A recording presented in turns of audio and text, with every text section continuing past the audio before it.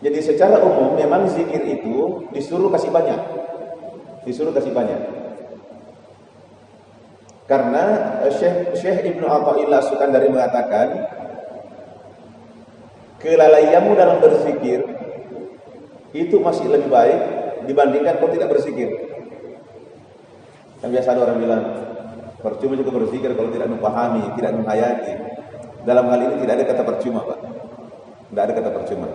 Kalau berzikir ada yang dihitung oleh Allah. Soal kualitasnya nanti itu belakangan. Jadi ibarat orang naik tangga, kalau dimulai langkah 1, masuk langkah 2, langkah 3. Tapi kalau tidak mulai dari langkah 1, apa yang mau dilanjutkan? Nah, cuma memang pagi dan petang itu adalah waktu peralihan. Peralihan dari siang dan malam, malam ke siang. Nah, banyak hikmahnya di situ. Termasuk misalnya pengaruh-pengaruh setan di situ kuat. Makanya salah satu hikmahnya kenapa kita dilarang sholat sunnah di 3 waktu itu. Jadi ada 3 waktu yang dilarang kita untuk melaksanakan sholat dan menyelenggarakan jenazah. Pertama, pada waktu matahari terbit sampai dia naik sepenggalan, itu dilarang. Makanya kan matahari terbit hari ini kan pukul 5.40 atau ada 42 di sini saya lihat. Kalau di jadwal saya 40. Kalau kita melihat hadis Nabi tentang sholat isyraq itu, man sholal ghadata fi jama'atin, barang siapa sholat subuh berjamaah di masjid, tsumma qa'ada, setelah sholat dia tetap duduk, yazkurullah ta'ala, berzikir kepada Allah ta'ala, hatta tatlu asy-syamsu, sampai terbitnya matahari. Jadi di mana disebut hatta tatlu asy-syamsu, tsumma shalla rak'atain, kemudian dia sholat 2 rakaat, karena lahu ka'ajri hajjatin wa umratin, maka dia mendapatkan pahala haji dan umrah sempurna. Kenapa pada tidak sholat di situ pada waktu matahari terbit? Karena ada hadis lain yang melarang kita untuk sholat pada 3 waktu, termasuk pada waktu matahari terbit. Nah, dalam kaidah ilmu fikih disebutkan, apabila perintah bertemu dengan larangan didahulukan. Tadi ada perintahnya untuk sholat isyraq. Di sisi lain ada larangan untuk melaksanakan sholat pada waktu matahari terbit. Dalam hal ini larangan dimenangkan. Jadi kasih lewat itu larangan itu. Berapa menit? Sekitar 15 menit. Itu baru matahari naik sepenggalan. Jadi kita sholat insya Allah nanti pukul 5:55. Kurang 5, jam 6. Baru kita sholat. Karena ada larangan. Itu satu. Yang kedua, ketika pas matahari di tengah, sampai dia tergelincir sedikit ke barat, masuk waktu zuhur, di situ juga dilarang ini. Dilarang. Jadi dilarang sholat sunnah, dan dilarang sholat, dan dilarang menyelenggarakan jenazah. Yang ketiga, ketika matahari terbenam. Matahari terbenam sampai dia terbenam sempurna. Karena di situ menurut salah satu keterangan hadis, itu setan menyertai. Setan menyertai pada waktu 3 tempat itu. Cuma memang dalam kajian fikih selanjutnya, apakah larangan ini berlaku umum atau tidak? Nah, ulama kita mengatakan yang dilarang di situ adalah sholat yang terikat oleh waktu. Jadi sholat yang tidak terikat oleh waktu, misalnya sholat tahiyatul masjid, itu tidak masuk dalam kategori larangan itu. Jadi kalau masuk di masjid, sholat sunnah itu 2 rakaat. Jangan katakan ini waktu anu, ini waktu anu. Tidak. Menurut dalam mazhab Syafi'i itu tidak masuk dalam kategori larangan. Tapi kalau untuk penyelenggaraan jenazah, memang sebaiknya dihindari 3 waktu tadi. Jadi ketika matahari terbit sampai dia naik sepenggalan, pas di tengah sampai tergelincir sedikit ke barat, dan ketika matahari terbenam sampai dia terbenam sempurna. Kan kalau di pantai atau di gunung kan kelihatan itu matahari terbenam sempurna, baru kita dibolehkan untuk melaksanakan sholat.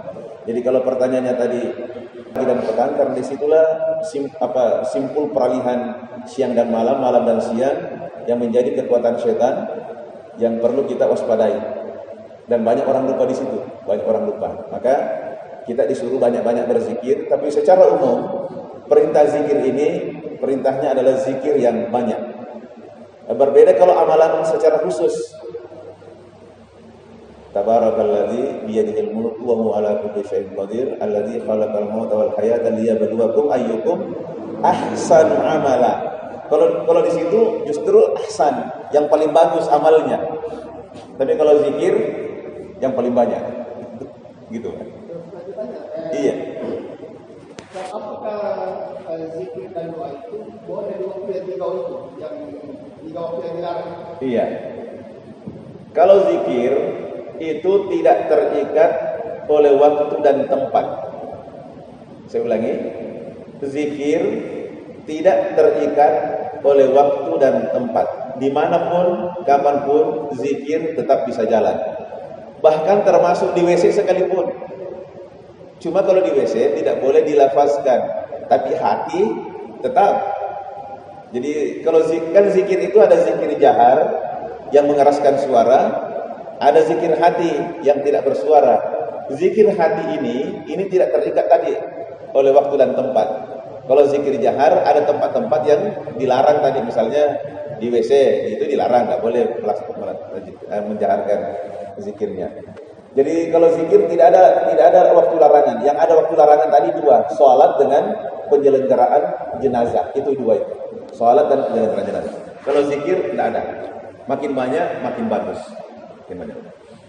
Itulah misalnya cucu Rasulullah Imam Ja'far As-Shadiq rahimahullah mengatakan, kalau menggunakan nikmat Allah, ingatlah, berzikirlah kepada yang memberi nikmat itu. Jadi misalnya saya minum air, baca bismillah, kan ingat sama yang memberi. Makan, baca bismillah, ingat sama yang memberi. Kalau makan, berapa hari kita bisa bertahan tidak makan? Insya Allah bisa bertahan mungkin 1 minggu, 2 minggu, yang penting minum.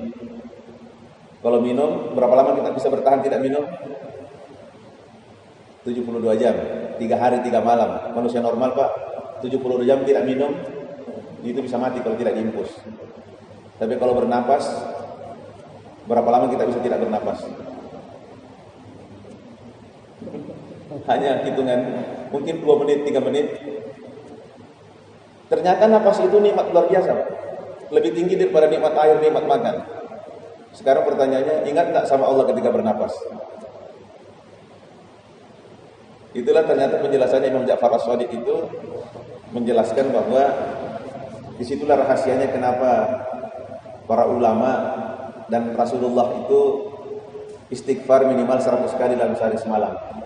Karena mereka khawatir ada napas yang keluar masuk yang tidak disertai dengan zikir. Baik, kalau kita lebih banyak ya lupain kalau kita. Jadi itu diingat itu. Ya. Makanya dalam ilmu tasawuf atau dalam ilmu tarekat ada beberapa metode zikir. Ada yang mengikuti nafas, ada yang mengikuti detakan jantung.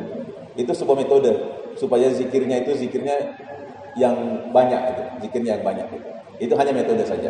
Tapi intinya berzikir kepada Allah sebanyak-banyaknya. Iya.